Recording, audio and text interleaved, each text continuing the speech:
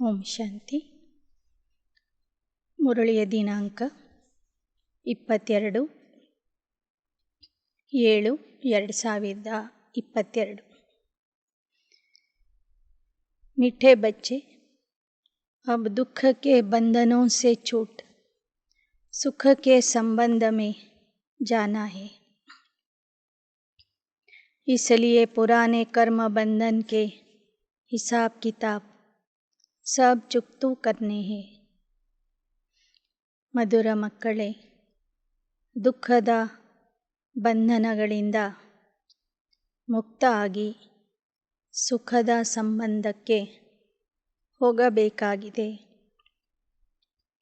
ಆದ್ದರಿಂದ ಹಳೆಯ ಕರ್ಮ ಬಂಧನದ ಲೆಕ್ಕಾಚಾರವನ್ನು ಸ್ವಚ್ಛ ಮಾಡ್ಕೋಬೇಕು. प्रश्न: इस युद्ध स्थल पर बेहद की बॉक्सिंग कौन सी है? बॉक्सिंग में विजय का आधार क्या है? ಈ ಯುದ್ಧ ಸ್ಥಳದಲ್ಲಿ ಬೇಹದ್ದಿನ ಕುಸ್ತಿ ಅಥವಾ ಮುಷ್ಟಿಯುದ್ಧ, ಮಲ್ಲಯುದ್ಧ ಯಾವುದಾಗಿದೆ? ಈ ಕುಸ್ತಿಯಲ್ಲಿ ವಿಜಯ ಸಿಗಬೇಕಾದರೆ ಅದಕ್ಕೆ ಆಧಾರ ಏನಾಗಿದೆ? उत्तर: माया रावण से तुम बच्चों की बेहद की बॉक्सिंग है. इसे ही मल्ल युद्ध कहा जाता है. इस बॉक्सिंग में विजयी बनने के लिए बुद्धि में रहे हमने कल्प कल्प जीत पाई है. माया रावण पर जीत पाने के लिए पांचों भूतों का दान देना है. दान में देकर फिर कभी वापस नहीं लेना है. अगर दान देकर वापस लिया, काम क्रोध के वश हुए तो सब भूत फिर सताने लगेंगे. ಮಾಯಾ ರಾವಣನ ಜೊತೆಗೆ ನಿಮ್ಮ ಕುಸ್ತಿ ನಡೆದಿದೆ. ಈ ಕುಸ್ತಿಯಲ್ಲಿ ವಿಜಯಿಯಾಗಬೇಕಾದರೆ ಸದಾ ನೆನ್ಪಿಟ್ಕೊಳ್ಳಿ, ನಾನು ಕಲ್ಪಕಲ್ಪದ ವಿಜಯಿ ಆತ್ಮ ಆಗಿದ್ದೇನೆ.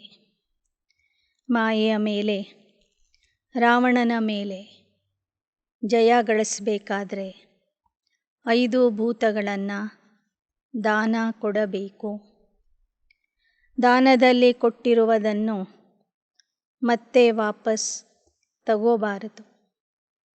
ದಾನ ಕೊಟ್ಟು ಮತ್ತೆ ವಾಪಸ್ ತೆಗೆದುಕೊಂಡು ಕಾಮ ಕ್ರೋಧಕ್ಕೆ ವಶ ಆಗಿಬಿಟ್ಟರೆ ಮತ್ತೆ ಎಲ್ಲ ಭೂತಗಳು ಬಂದು ನಿಮಗೆ ಕಾಡಿಸ್ತವೆ. ಗೀತ: एक तू जो मिला सारी दुनिया मिली. ನೀನು ಸಿಕ್ಕಿದರೆ ಸಾಕು, ಇಡೀ ಜಗತ್ತೇ ಸಿಕ್ಕಂತೆ. ओम शांति. यह रिकॉर्ड है बंधन से मुक्त हो संबंध में आने के लिए. इस समय माया का बंधन है. इसको आसुरी बंधन कहा जाता है. अब तुम्हारा ईश्वरीय संबंध है. बंधन में दुख, संबंध में है सुख.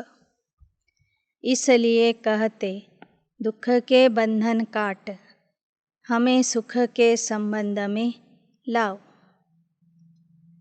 ಈ ಹಾಡು ನಿಮ್ಮನ್ನು ಬಂಧನದಿಂದ ಮುಕ್ತ ಮಾಡಿ ತಂದೆಯ ಸಂಬಂಧದಲ್ಲಿ ಕರ್ಕೊಂಡು ಬರ್ತದೆ.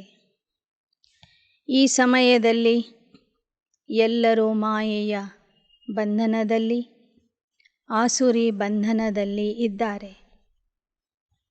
ನೀವು ಮಾತ್ರ ಈಶ್ವರಿಯ ಸಂಬಂಧದಲ್ಲಿ ಬಂದಿದ್ದೀರಿ. ಬಂಧನದಲ್ಲಿ ದುಃಖ ಇದೆ, ಸಂಬಂಧದಲ್ಲಿ ಸುಖ ಇದೆ. ಅದಕ್ಕಾಗಿ ಕೇಳ್ತಾರೆ, ದುಃಖದ ಬಂಧನವನ್ನು ಬಿಡಿಸಿ ನಮಗೆ ಸುಖದ ಸಂಬಂಧಕ್ಕೆ ಕರ್ಕೊಂಡು ಹೋಗು ಅಂತ. ಭಕ್ತ भी पुकारते हैं परंतु एक भी भक्त नहीं जिसको भगवान का पता हो. याद करते आधा कल्प से भक्ति मार्ग चला आता है. साधु भी साधना करते. ಭಕ್ತರು ಭಗವಂತನ ನೆನಪು ಮಾಡ್ತಾರೆ, ಆದರೆ ಭಗವಂತನ ಪರಿಚಯ ಗೊತ್ತಿಲ್ಲ. ಸಾಧು ಸಂತರು ಸಾಧನೆ ಮಾಡ್ತಾರೆ, भगवान से मिलने के लिए बंदगी करते. वह तो एक है, उनसे ही वर्षा मिलता है. ಸಾಧು ಸಂತರು ಎಲ್ಲರೂ ಸಹ ಅವನನ್ನು ಪಡೀಲಿಕ್ಕಾಗಿ ಸಾಧನೆ ಮಾಡ್ತಾರೆ, ಪ್ರಾರ್ಥನೆ ಮಾಡ್ತಾರೆ. ಯಾಕೆ ಅಂದರೆ ಅವನು ಒಬ್ಬನೇ ಇದ್ದಾನೆ. ಅವನಿಂದಲೇ ಸುಖ ಶಾಂತಿಯ ಆಸ್ತಿ ಸಿಗ್ತದೆ. ಹದ್ಕೆ ಸುಖ ಮೇ ದುಃಖ ಹೇ. ಹದ್ದಿನ ಆಸ್ತಿಯಲ್ಲಿ ದುಃಖ ಇದೆ, ಬೇಹದ್ದಿನ ಆಸ್ತಿಯಲ್ಲಿ ಸುಖ ಇದೆ. गाया भी जाता दुख हरता सुख करता. दुख हरता शांति करता नहीं. सभी शांति में चले जाए फिर तो सृष्टि ही न रहे. इसलिए दुख हरता सुख करता कहा जाता है. सबको सुख देते. सुख करता दुख हरता ಅಂತ ಹೇಳಿ ಗಾಯನ ಇದೆ ವಿನಃ ದುಃಖ ಹರ್ತ ಶಾಂತಿ ಕರ್ತ ಅಂತ ಗಾಯನ ಇಲ್ಲ. ಯಾಕೆ ಅಂದರೆ ಎಲ್ಲರನ್ನೂ ಒಂದೇ ಸಮಯಕ್ಕೆ ಶಾಂತಿಧಾಮಕ್ಕೆ ಕರ್ಕೊಂಡು ಹೋಗಿ ಕೈ ಬಿಟ್ಟರೆ ಈ ನಾಟಕ ಮುಂದೆ ಹೇಗೆ ನಡಿಬೇಕು? ಆದ್ದರಿಂದ ಬಾಬಾ ಹೇಳ್ತಾರೆ, ಈ ನಾಟಕ ಪುನಃ ಪುನಃ ಪುನರಾವರ್ತನೆ ಆಗಬೇಕು. ಆದ್ದರಿಂದ ಕೆಲವರು ಇಲ್ಲಿ ಉಳಿತಾರೆ, ಮತ್ತೆ ಅವರಿಂದ ಸುಖಧಾಮದ ಸ್ಥಾಪನೆ ಆಗ್ತದೆ. ಪರಮಾತ್ಮ ದುಃಖವನ್ನು ಹರಣ ಮಾಡಿ ಬರೇ ಶಾಂತಿ ಕೊಡೋದಿಲ್ಲ, ಆದರೆ ಸುಖನೂ ಕೊಡ್ತಾರೆ. ಸಿರ್ಫ್ ಮುಕ್ತಿ ಕಹೆ तो फिर मोक्ष हो जाए. मुक्ति के साथ जीवन मुक्ति जरूर है. ಬರೇ ಮುಕ್ತಿ ಕೊಟ್ಬಿಟ್ರೆ ಅದು ಮೋಕ್ಷ ಆಗಿಬಿಡ್ತದೆ.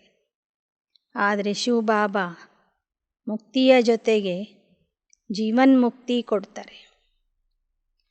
दुख के बंधन से छूटने के लिए तुम बाप के सन्मुख आए हो. सुख के संबंध में जूटते जा रहे. कर्म बंधन का हिसाब किताब चुकतू करना पड़ता है. नई दुनिया में दुख है नहीं.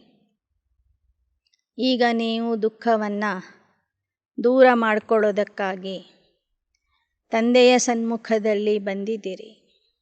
ಸುಖದ ಸಂಬಂಧದಲ್ಲಿ ಹೋಗ್ತಾ ಇದ್ದೀರಿ. ಆದರೆ ಅಲ್ಲಿಗೆ ಹೋಗುವ ಮೊದಲೇ ನಮ್ಮ ಕರ್ಮ ಬಂಧನದ ಲೆಕ್ಕಾಚಾರವನ್ನು ಸಮಾಪ್ತಿ ಮಾಡ್ಕೋಬೇಕು. ನೈ ದುನಿಯಾ ಮೇ ದುಃಖ ನಹೀ, ಪಹಲೆ ಹೇ ಸುಖ ಕಾ ಸಂಬಂಧ, ಫಿರ್ ದುಃಖ ಕಾ ಬಂಧನ್ ಶುರು ಹೋತಾ ಹೈ. ಹೊಸ ಪ್ರಪಂಚದಲ್ಲಿ ದುಃಖ ಇರೋದಿಲ್ಲ. 2500 ವರ್ಷಗಳವರೆಗೆ ಸುಖದ ಸಂಬಂಧದಲ್ಲಿ ಇರ್ತೇವೆ. ನಂತರ ದುಃಖದ ಬಂಧನ ಪ್ರಾರಂಭವಾಗ್ತದೆ. ಸುಖ ದುಃಖ ಸಬ್ ಖೇಲ್ ಕೆ ಲಿಯೇ ಹೈ. ತುಮ್ ಬಹುತ್ ಸುಖ ತೋ ಬಹುತ್ ದುಃಖ ಭಿ ದೇಖ್ತೆ ಹೋ. ಈ ಸುಖ ದುಃಖ ಅನ್ನೋದು ಆಟ ಆಡೋದಕ್ಕಾಗಿಯೇ ಇದೆ. ಇದು ಸುಖ ದುಃಖದ ಆಟ ಆಗಿದೆ. ನೀವೇ ಮೊದಲು ಅತಿಯಾದ ಸುಖ ನೋಡ್ತೀರಿ, ಕೊನೆಗೆ ಅತಿಯಾದ ದುಃಖನೂ ನೋಡ್ತೀರಿ. इन दुखों से छुड़ाने के लिए बाप को पुकारते हैं उनको पिया भी कहा जाता है। वह हद के पिया को पुकारते। अब तुम समझते हो उनको दुख है, तब तो पुकारते। ದುಃಖದಿಂದ ಮುಕ್ತಿಗಾಗಿ ಆ ಪ್ರಿಯತಮ ತಂದೆಗೆ ಕರೀತಾರೆ. ಆದರೆ ಆ ಪ್ರಿಯತಮ ಯಾರು ಅನ್ನೋದು ಜನರಿಗೆ ಗೊತ್ತಿಲ್ಲ. ಎಲ್ಲರಿಗೂ ದುಃಖ ಇರುವ ಕಾರಣದಿಂದನೇ ಅವನಿಗೆ ಕರೀತಾ ಇದ್ದಾರೆ. अब तुम्हारे में ज्ञान भरा है आदि से अंत्य तक, तो ತ್ರಿಕಾಲದರ್ಶಿ हुई. ಈಗ ಪ್ರಿಯತಮ ಯಾರು ಬಂದು ನಮ್ಮನ್ನು ದುಃಖದಿಂದ ಬಿಡಿಸ್ತಾರೆ ಅನ್ನೋದರ ಬಗ್ಗೆ ಸಂಪೂರ್ಣ ಜ್ಞಾನ ನಿಮ್ಮಲ್ಲಿ ಇದೆ. ಆದಿಯಿಂದ ಅಂತ್ಯದವರೆಗಿನ ತ್ರಿಕಾಲ ಜ್ಞಾನ ನಿಮ್ಮಲ್ಲಿ ಇರುವುದ ಕಾರಣ ನಿಮಗೆ ತ್ರಿಕಾಲದರ್ಶಿ ಅಂತ ಹೇಳಲಾಗ್ತದೆ. तुम तीनों कालों को भी जानते हो तो तीनों लोकों को भी जानते. ಮೂರು ಕಾಲಗಳ ಬಗ್ಗೆನೂ ನಿಮಗೆ ಗೊತ್ತಿದೆ, ಮೂರು ಲೋಕಗಳ ಬಗ್ಗೆನೂ ಗೊತ್ತಿದೆ. तुम सुख और दुख का पार्ट बजाते हो आदि से अंत्य तक. तुम ऑलराउंडर हो, तुम ही 84 जन्म लेते हो. ಸುಖ ದುಃಖದ ಪಾತ್ರ ಆದಿಯಿಂದ ಕೊನೆಯವರೆಗೂ ನೀವೇ ಅಭಿನಯಿಸ್ತೀರಿ.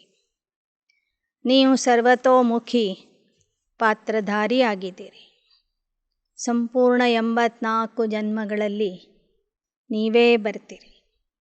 ಬಾಕಿ ವರೈಟಿ ಯೋನಿಯಾ ತೋ ढेर है, गिनती करने वाला कोई है नहीं.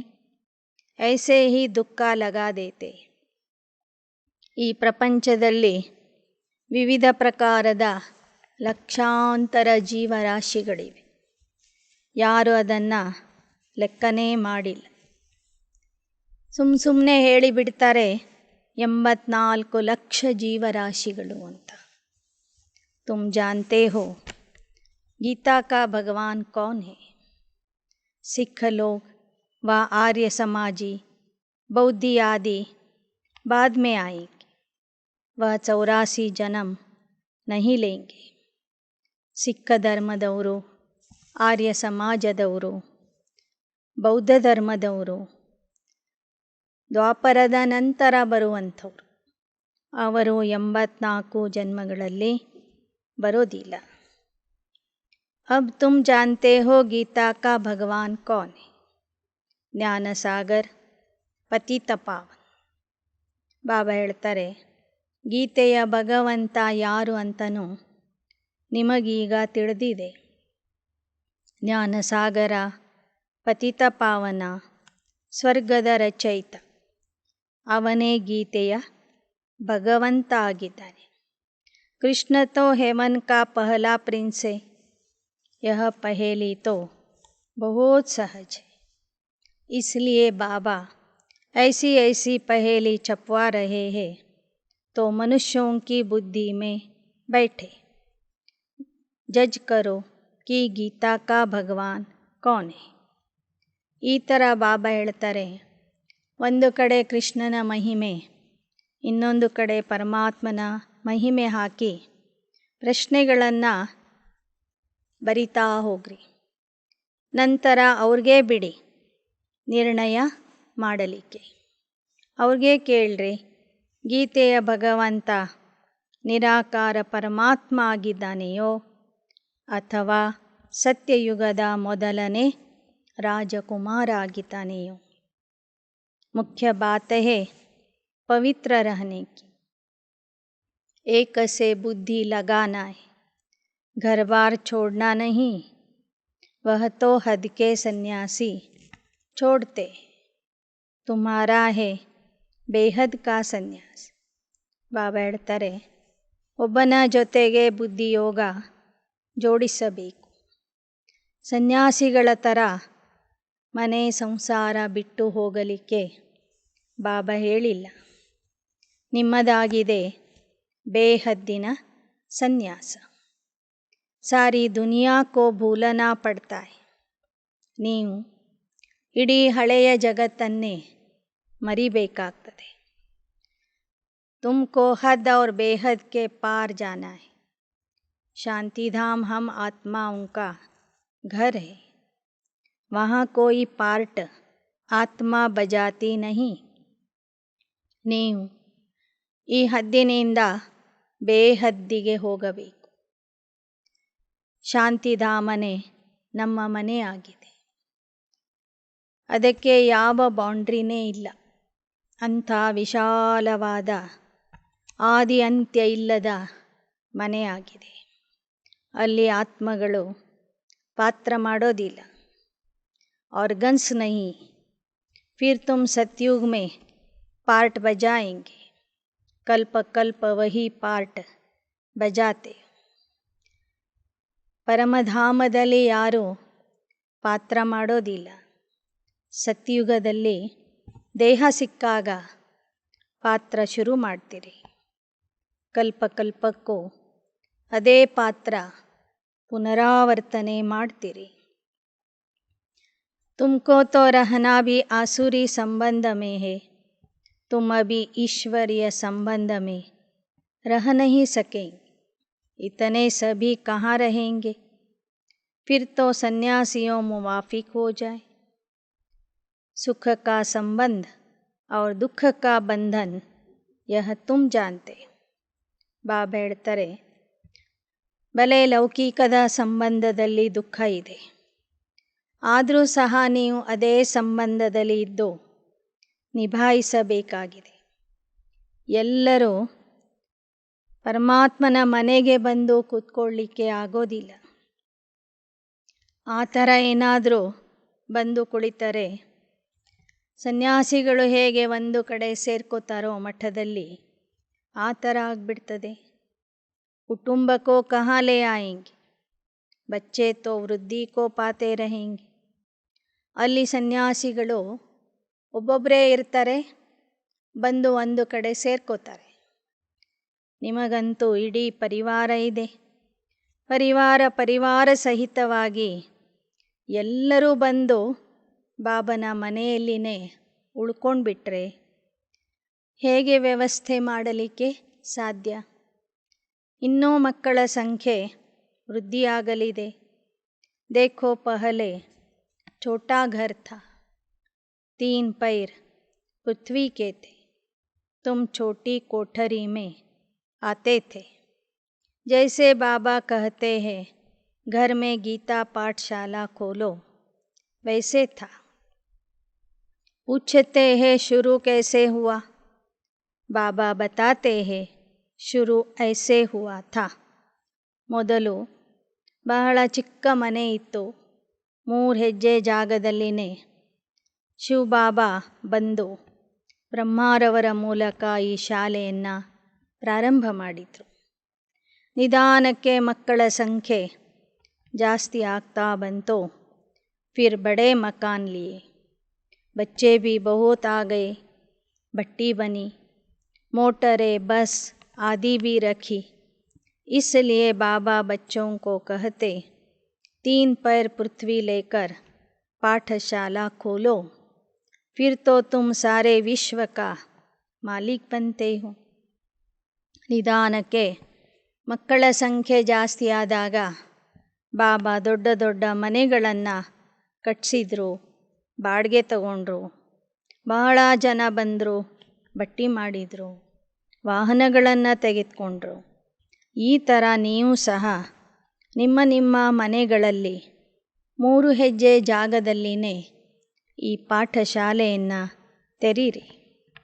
ಆಗ ನೀವು ಭವಿಷ್ಯದಲ್ಲಿ ವಿಶ್ವದ ಮಾಲೀಕ ಆಗ್ತೀರಿ.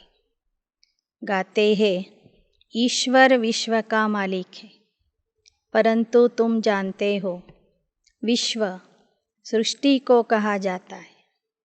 ಹೇಳ್ತಾರೆ ಈಶ್ವರನೇ ಈ ವಿಶ್ವದ ಮಾಲೀಕ ಆಗಿದ್ದಾನೆ ಅಂತ. ಆದರೆ ಬಾಬಾ ಹೇಳ್ತಾರೆ ವಿಶ್ವ ಅಂದರೆ ಈ ಜಗತ್ತು. ಈ ಸಾಕಾರ ಜಗತ್ತಿಗೆ ಮಾಲೀಕ ನಾನಾಗೋದಿಲ್ಲ, ನೀವಾಗ್ತೀರಿ. बाप तो मालिक नहीं बनते, बाप आते हैं सेवा करने जब सारी ಯೂನಿವರ್ಸ್ ದುಃಖಿ ಹೋತಿ. ನಾನು ಮಾಲೀಕ ಆಗೋದಿಲ್ಲ, ನಾನು ಸೇವೆ ಮಾಡಲಿಕ್ಕಾಗಿ ಬರ್ತೀನಿ. ಯಾವಾಗ ಎಲ್ಲರೂ ದುಃಖಿ ಆಗ್ತಾರೆ ಆಗ ನಾನು ಬರ್ತೀನಿ. यह गॉड की यूनिवर्सिटी सारे यूनिवर्स के लिए कॉलेज भी है. सबको सद्गति मिलती है क्योंकि सब दुर्गति में गए हैं. ಬಾಬಾ ಹೇಳ್ತಾರೆ, ಇದು ಈಶ್ವರನ ವಿಶ್ವವಿದ್ಯಾಲಯ ವಿಶ್ವಕ್ಕಾಗಿ ಇದೆ. ಈ ವಿಶ್ವವಿದ್ಯಾಲಯದಿಂದ ಎಲ್ಲ ಆತ್ಮರಿಗೂ ಸದ್ಗತಿ ಸಿಗ್ತದೆ.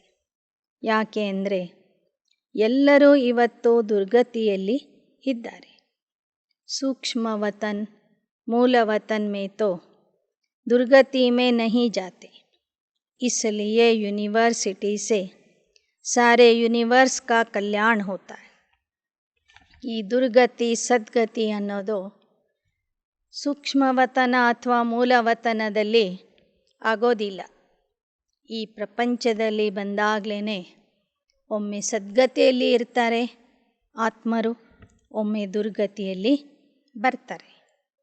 सभी की गति सद्गति के लिए मुझे आना पड़ता है. यह बातें कोई शास्त्र में नहीं.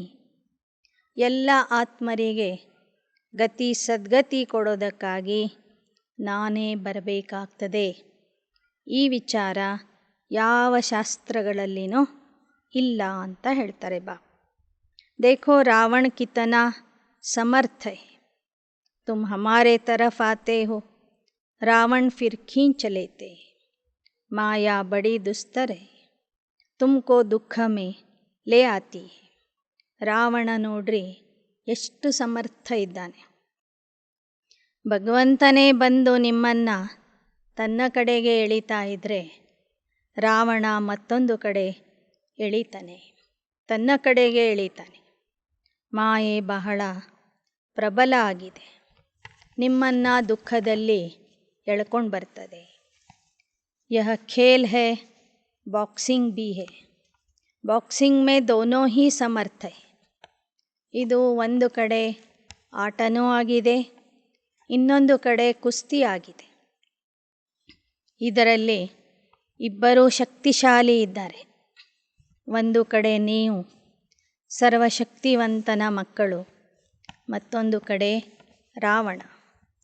ಆಧಾ ಕಲ್ಪ ಹಾರ್ ಆಧಾ ಕಲ್ಪ ಜೀತ್ ಹೋತಿ.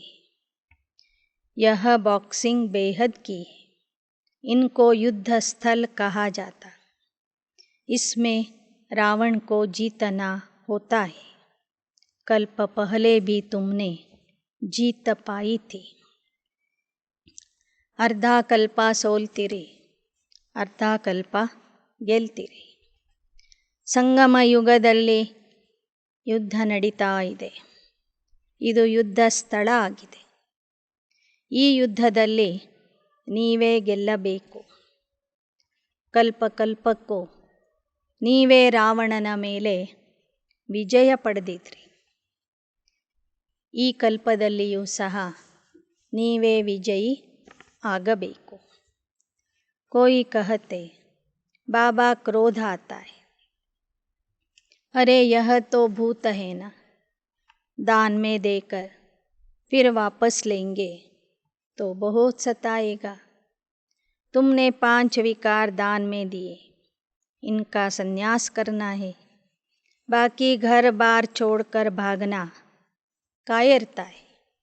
बाप समझाते हैं 63 जन्म तुमने गोते खाए, अब एक जन्म पवित्र रहो, इसमें आमदनी बहुत है.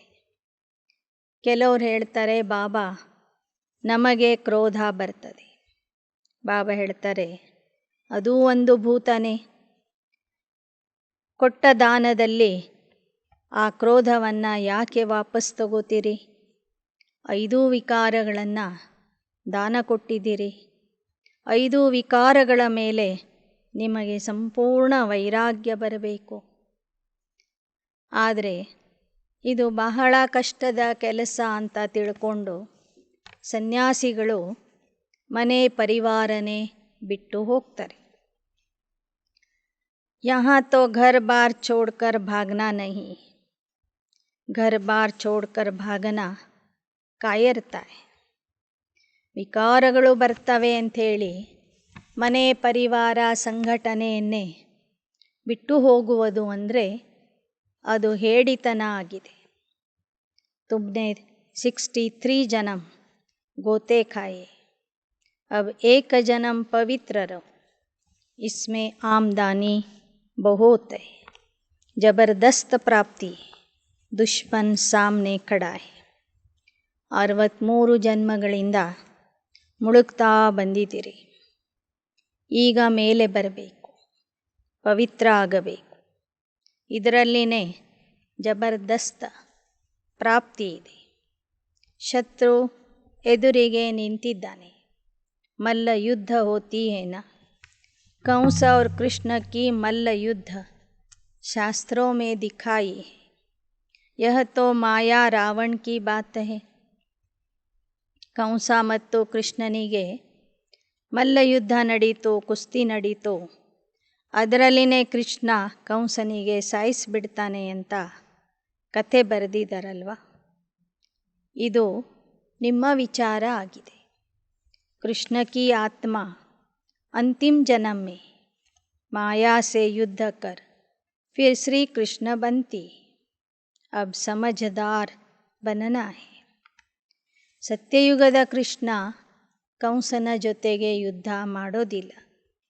ಕೃಷ್ಣನ ಆತ್ಮ ತನ್ನ ಕೊನೆಯ ಜನ್ಮದಲ್ಲಿ ಬ್ರಹ್ಮ ಬಾಬಾ ಆದಾಗ ಮಾಯೆ ಜೊತೆಗೆ ಯುದ್ಧ ಮಾಡಿ ಆ ಯುದ್ಧದಲ್ಲಿ ವಿಜಯಿಯಾಗಿ ಅವರೇ ಸತ್ಯಯುಗದ ಪ್ರಥಮ ಶ್ರೀಕೃಷ್ಣ ಆಗ್ತಾರೆ.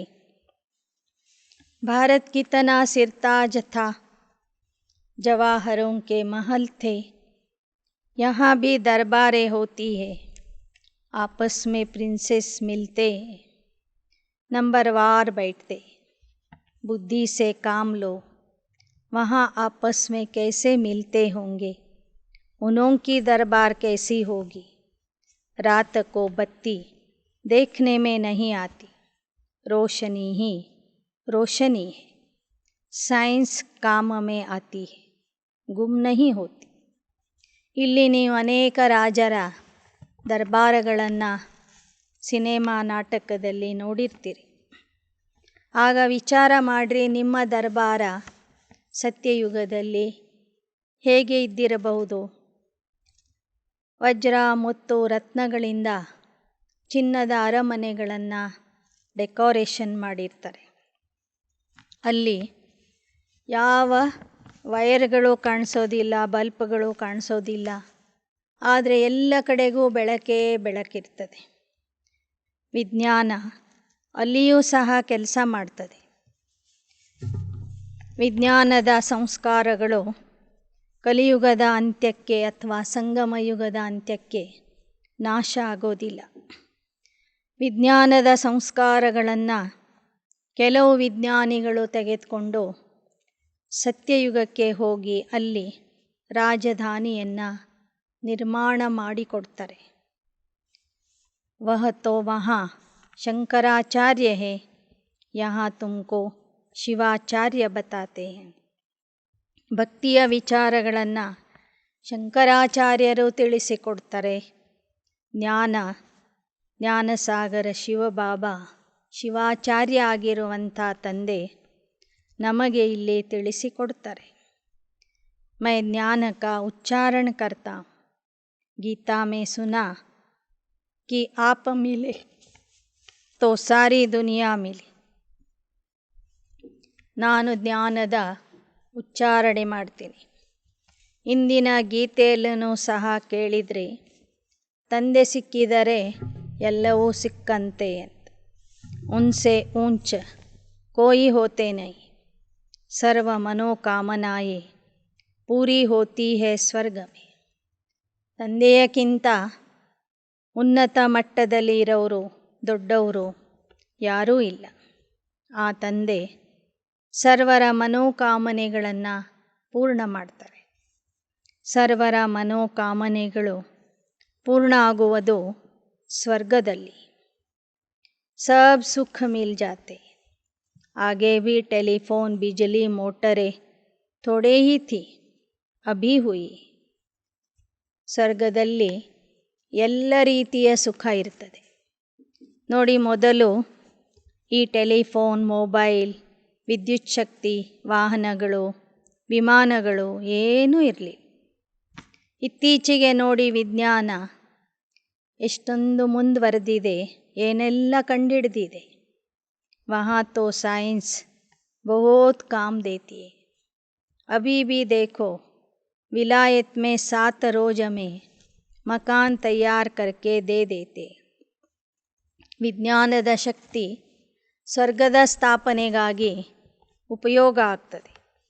ಇವತ್ತಿಗೂ ನೋಡಿ ವಿದೇಶದಲ್ಲಿ 7 ದಿನಗಳಲ್ಲಿ ಒಂದು ಮನೆಯನ್ನು ಕಟ್ಟಿಸಿಕೊಡ್ತಾರೆ. यहाँ तो मनुष्यों की बुद्धि तमो प्रधान है. यहाँ की भेंट में उन्हों को रजो प्रधान कहेंगे. ಭಾರತವಾಸಿಗಳ ಬುದ್ಧಿ ಸಂಪೂರ್ಣ ತಮೋ ಪ್ರಧಾನ ಆಗಿದೆ. ಇದಕ್ಕೆ ಹೋಲಿಸಿದರೆ ವಿದೇಶಿಯರ ಬುದ್ಧಿ, ವಿಜ್ಞಾನಿಗಳ ಬುದ್ಧಿ ಏನಿದೆ ಅದು ಇವತ್ತಿಗೂ ರಜೋಪ್ರಧಾನದಲ್ಲಿ ಇದೆ. तुम बच्चे जानते हो दुनिया को बदलना है, इसलिए यह महाभारत लड़ाई है. तुम्हारी बुद्धि खुल गई. बाप कहते पूरा योग लगाओ. जैसे बाबा वैसे तुम निर्वाण धाम के रहने वाले हो. ಬಾಬಾ ಹೇಳ್ತಾರೆ, ಈ ಜಗತ್ತು ಪರಿವರ್ತನೆ ಆಗಬೇಕು, ಅದಕ್ಕಾಗಿ ಮಹಾಭಾರತ ಯುದ್ಧನೂ ನಡಿಲೇಬೇಕು. ಅದಕ್ಕೂ ಮೊದಲು ನೀವು ತಂದೆಯ ಜೊತೆಗೆ ಯೋಗ ಜೋಡಿಸ್ರಿ. ನೀವು ಸಹ ನಿರ್ವಾಣಧಾಮದ ನಿವಾಸಿಗಳಾಗಿದೆ. बाप तुम्हें विश्व का राज्य देते, उसके बदले दिव्य दृष्टि की चाबी अपने पास रखते. कहते यह हमारे काम की. ಬಾಬಾ ಹೇಳ್ತಾರೆ, ವಿಶ್ವದ ರಾಜ್ಯ ನಿಮಗೆ ಕೊಡ್ತೀನಿ, ದಿವ್ಯ ದೃಷ್ಟಿಯ ಚಾವಿ ನಾನಿಟ್ಕೋತೀನಿ, ಅದು ನನ್ನ ಕೆಲಸಕ್ಕೆ ಬರ್ತದೆ. ಭಕ್ತಿ ಮಾರ್ಗ में तुमको खुश करना होता है, बाकी किसको देता नहीं.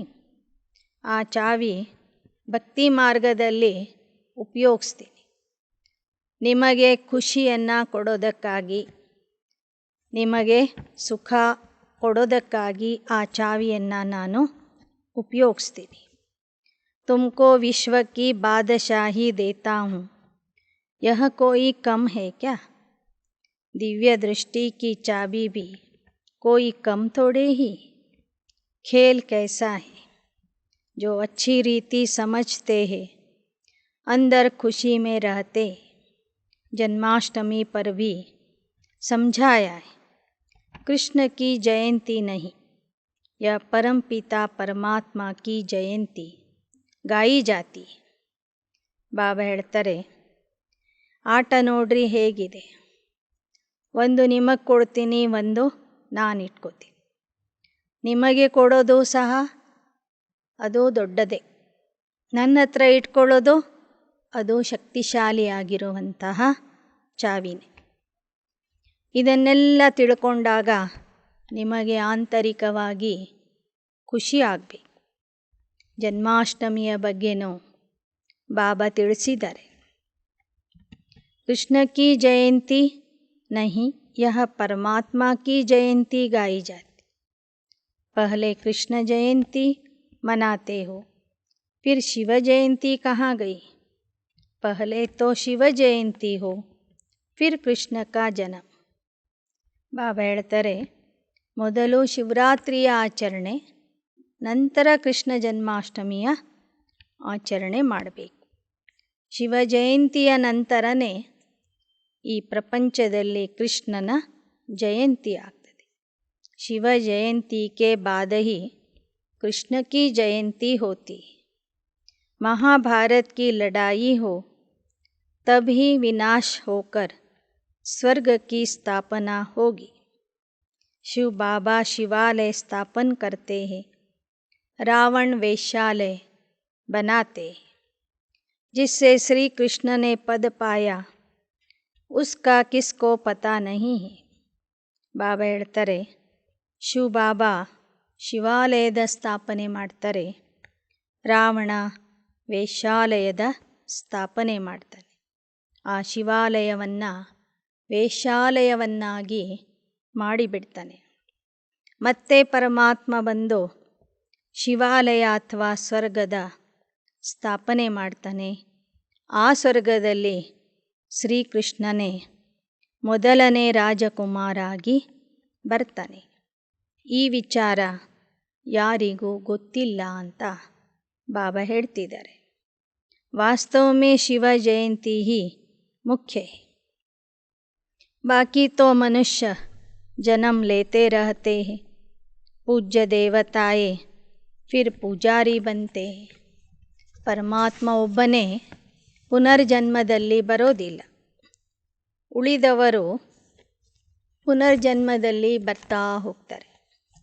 ಜನನ ಮರಣರಹಿತವಾದಂತಹ ಪರಮಾತ್ಮನ ಅವತರಣೆಯ ಜಯಂತಿ ಏನಿದೆ ಅದು ಬಹಳ ಮಹತ್ವದ ಜಯಂತಿಯಾಗಿದೆ. ಬಾಪ್ ತುಮಕೋ ಸಮझाते, तुम फिर औरों को समझाते हो. प्रिंसिपल आदि को भी समझाना चाहिए. स्कूलों में जो हिस्ट्री जोग्राफी पढ़ाई जाती वह अधूरा ज्ञान है. ಬಾಬಾ ನಿಮಗೆ ತಿಳಿಸಿಕೊಡ್ತಾರೆ, ನೀವು ಜನರಿಗೆ ತಿಳಿಸಬೇಕು. ಶಾಲೆಗಳಲ್ಲಿ ಹೋಗಿ ಇಡೀ ಜಗತ್ತಿನ ಇತಿಹಾಸ ಭೂಗೋಳವನ್ನು ನೀವು ಹೇಳಬೇಕು. ಇವತ್ತು ಶಾಲೆಗಳಲ್ಲಿ ಯಾವ ಇತಿಹಾಸ ಹೇಳ್ತಾ ಇದ್ದಾರೆ ಅದು ಅರ್ಧ ಕಲ್ಪದ ಇತಿಹಾಸ ಆಗಿದೆ, ಅರ್ಧ ಇತಿಹಾಸ ಆಗಿದೆ. ಬಾಕಿ इन सब का राज किसी को मालूम नहीं. ಆದರೆ ಈ ಜಗತ್ತಿನ ತ್ರಿಕಾಲ ಜ್ಞಾನದ ಇತಿಹಾಸ, ಆದಿಯಿಂದ ಕೊನೆಯವರೆಗಿನ ಇತಿಹಾಸ ಯಾರಿಗೂ ಗೊತ್ತಿಲ್ಲ. ನೀವು ಹೋಗಿ ಅಲ್ಲಲ್ಲಿ ಇರುವಂತಹ ಮುಖ್ಯ ಶಿಕ್ಷಕರಿಗೆ ಈ ಜಗತ್ತಿನ ಇತಿಹಾಸ ಭೂಗೋಳವನ್ನು ತಿಳಿಸಬೇಕು ಅಂತ ಹೇಳ್ತಾರೆ ಬಾಬಾ. बाकी अंग्रेज़ों मुसलमानों की हिस्ट्री जोग्राफ़ी ले बैठे, बेहद की हिस्ट्री जोग्राफ़ी बाप ही समझाते. ಇನ್ನು ಶಾಲಾ ಕಾಲೇಜುಗಳಲ್ಲಿ ಬ್ರಿಟಿಷರ ಇತಿಹಾಸ, ಮುಘಲರ ಇತಿಹಾಸ ಹೇಳಿಕೊಡ್ತಾರೆ ವಿನಃ ಬೇಹದ್ದಿನ ಇತಿಹಾಸ ಭೂಗೋಳ ಯಾರೂ ಹೇಳ್ತಿಲ್ಲ. ಅದನ್ನು ಹೇಳುವಂಥವರು ಶಿವ ಬಾಬಾ ಒಬ್ಬರೇ ಆಗಿದ್ದಾರೆ. अब तुम समझाते हो स्वर्ग का प्रिंस प्रिंसेस कैसे बनना है, उनको यह वर्षा कैसे मिला, यह सूर्यवंशी डिनाइस्टी कैसे स्थापन हुई. यह नॉलेज नहीं है तो तुम फिलोसोफर काहे के हुए. ನೀವು ಜನರಿಗೆ ತಿಳಿಸ್ರಿ, ದೇವತೆಗಳ ಇತಿಹಾಸ ಹೇಳ್ರಿ. ದೇವತೆಗಳು ಆ ದೈವತ್ವದ ಆಸ್ತಿಯನ್ನು ಯಾರಿಂದ ಪಡ್ಕೊಂಡಿದ್ರು, ಸೂರ್ಯವಂಶದ ರಾಜಧಾನಿ ಹೇಗೆ ಯಾವ ಸಮಯದಲ್ಲಿ ಸ್ಥಾಪನೆ ಆಗಿತ್ತು ಅಂತ ಪ್ರಶ್ನೆ ಕೇಳಿ. ಅದರ ಬಗ್ಗೆನೇ ಜ್ಞಾನ ಇಲ್ಲ ಅಂದರೆ ತತ್ವಜ್ಞಾನಿಗಳು ಅಂತ ಯಾಕೆ ಅವರು ಟೈಟಲ್ ಇಟ್ಕೋಬೇಕು? ಡಾಕ್ಟರ್ ಆಫ್ ಫಿಲಾಸಫಿ ಅಂತ ಯಾಕೆ ಆ ಪದವಿಯನ್ನು ಅವರು ತಮ್ಮ ಮುಂದೆ ಬರ್ಕೋಬೇಕು? समझाने की युक्ति चाहिए. यह क्या जजमेंट करते. धर्मराज बाबा तो बिल्कुल एक्यूरेट है, उनके ऊपर तो कोई है नहीं. यहाँ तो एक दो के ऊपर है. सच्चा सच्चा धर्मराज सिर्फ एक है. ಬಾಬಾ ಹೇಳ್ತಾರೆ, ಇಲ್ಲಿ ಒಬ್ಬರ ಮೇಲೆ ಇನ್ನೊಬ್ಬರು ಬಹಳ ಜನ ಇರ್ತಾರೆ, ಆದರೆ ಪರಮಾತ್ಮನ ಮೇಲೆ ಒಬ್ಬರೂ ಇಲ್ಲ. ಅವನೇ ಸರ್ವೋಚ್ಚ ನ್ಯಾಯಾಧೀಶ ಆಗಿದ್ದಾನೆ. ಧರ್ಮರಾಜನ ರೂಪದಲ್ಲಿ ಅವನು ಸತ್ಯ ಸತ್ಯ ನ್ಯಾಯ ಕೊಡ್ತಾನೆ. ಅವನಿಗಿಂತ ಮೇಲೆ ಯಾರೊಬ್ಬರೂ ಇಲ್ಲ ಅಂತ ಹೇಳ್ತಾರೆ ಬಾಬಾ. ಅಚ್ಚ ಮೀಠೆ ಮೀಠೆ ಸಿಕ್ಕಿಲದೆ ಬಚ್ಚೋಂ ಪ್ರತಿ ಮಾತ ಪಿತಾ ಬಾಪ್ दादा का याद प्यार और गुड मॉर्निंग. रूहानी बाप की रूहानी बच्चों को नमस्ते. रूहानी बच्चों की रूहानी बाप दादा को याद प्यार गुड मॉर्निंग और नमस्ते नमस्ते नमस्ते.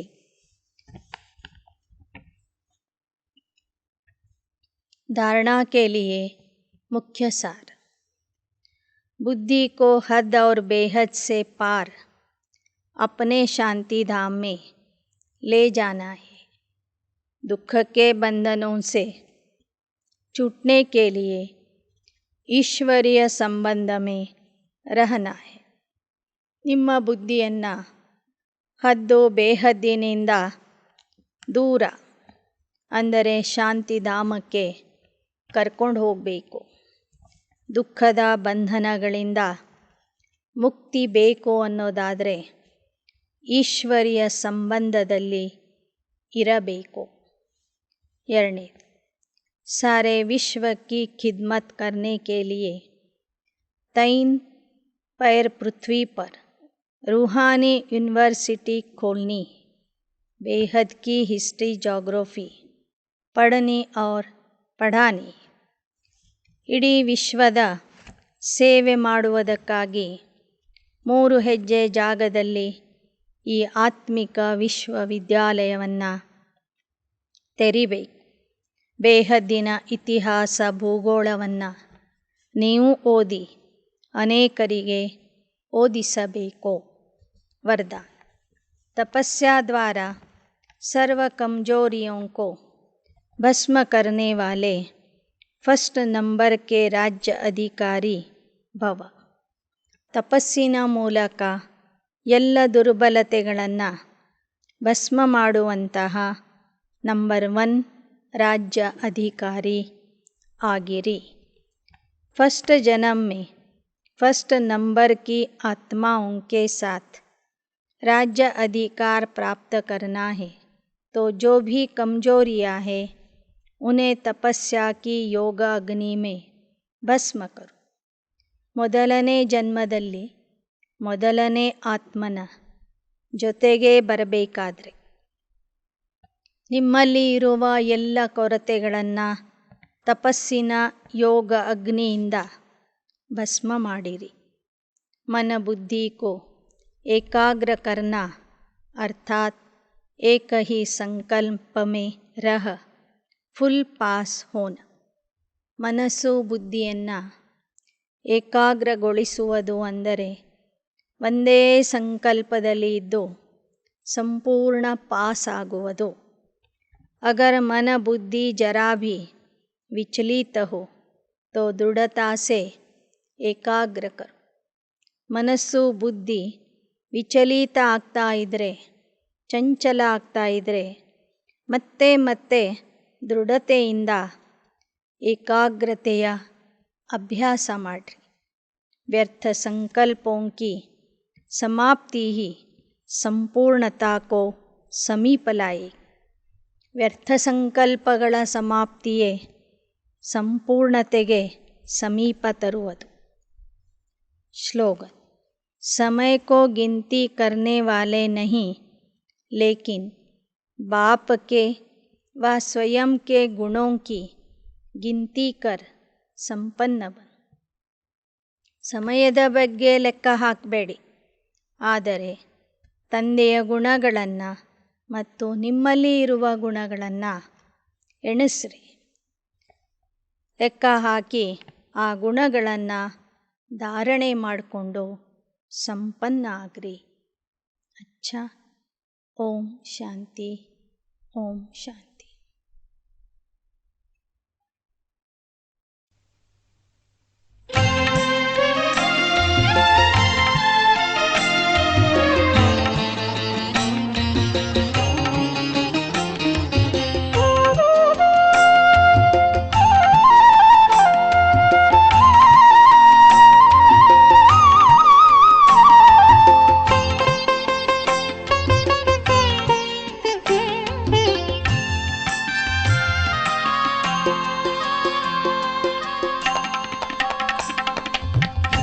ನನ್ನ ಮನ ನಿನ್ನ ಮಿಲನಕ್ಕೆ ಹಾತೊರೆಯಲಿದೆ ಶಿವ ತಂದೆ. ನನ್ನ ಮನ ನಿನ್ನ ಮಿಲನಕ್ಕೆ ಹಾತೊರೆಯಲಿದೆ ಶಿವ ತಂದೆ. ನಿನ್ನ ಮಡಿಲಲಿ ನಾ ಜೀವನ ಕಂಡೆ, ನಿನ್ನ ಮಡಿಲಲಿ ನಾ ಜೀವನ ಕಂಡೆ. ಆಧಾರವಾನ ಕೊನೆಗೂ ಪಡೆದೆ. ನನ್ನ ಮನ ನಿನ್ನ ಮಿಲನಕ್ಕೆ ಹಾತೊರೆಯಲಿದೆ ಶಿವ ತಂದೆ.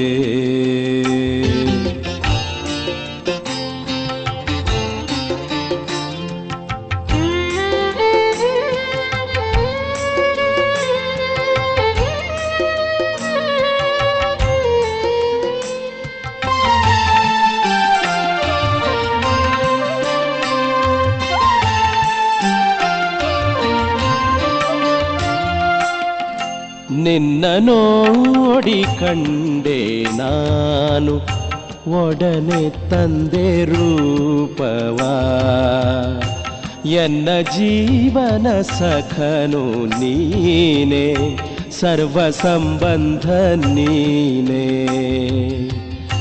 ನಿನ್ನ ಪಡೆದ ನನಗೆ ಈಗ ಕಳೆಯಿತು ಮನದ ಕತ್ತಲೆ.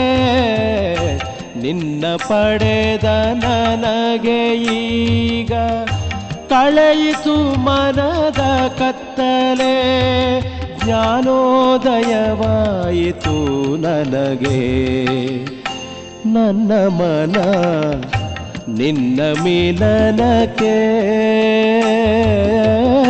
ಹಾತೊರೆಯಲಿದೆ ಶಿವ ತಂದೆ.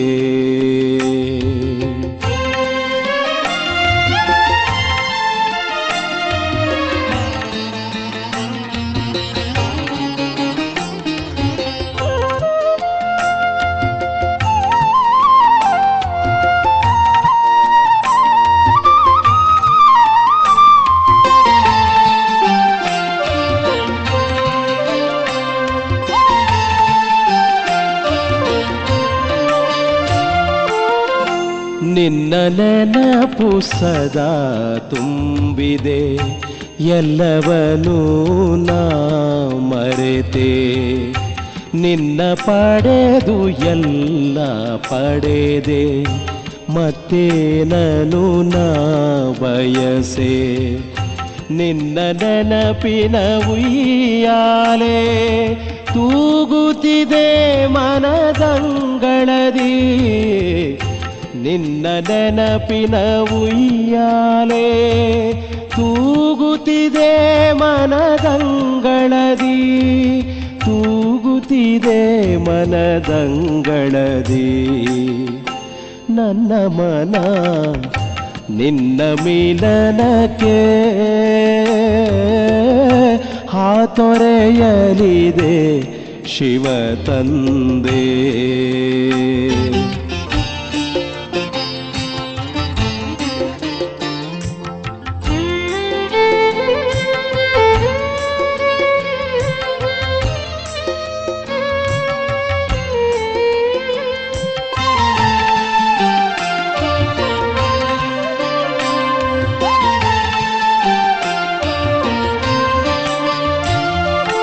ಬಂಧನ ಕಳೆದೆ ಮುಕ್ತಿಯ ನೀಡಿದೆ, ಹಾರುತನ ಬಳಿ ಬಂದೆ.